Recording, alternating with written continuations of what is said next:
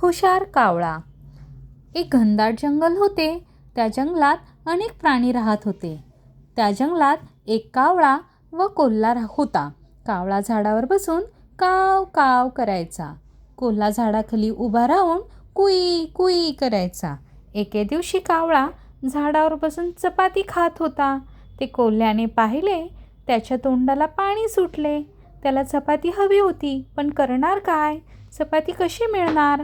कोल्ह्याला एक युक्ती सुचली. तो कावळ्याला म्हणाला, कावळे दादा, तुमचा आवाज खूप गोड आहे. तुम्ही गाणे गा. कावळा हुशार होता. त्याने चपाती झाडाच्या फांदीवर ठेवली व काव काव असे ओरडू लागला.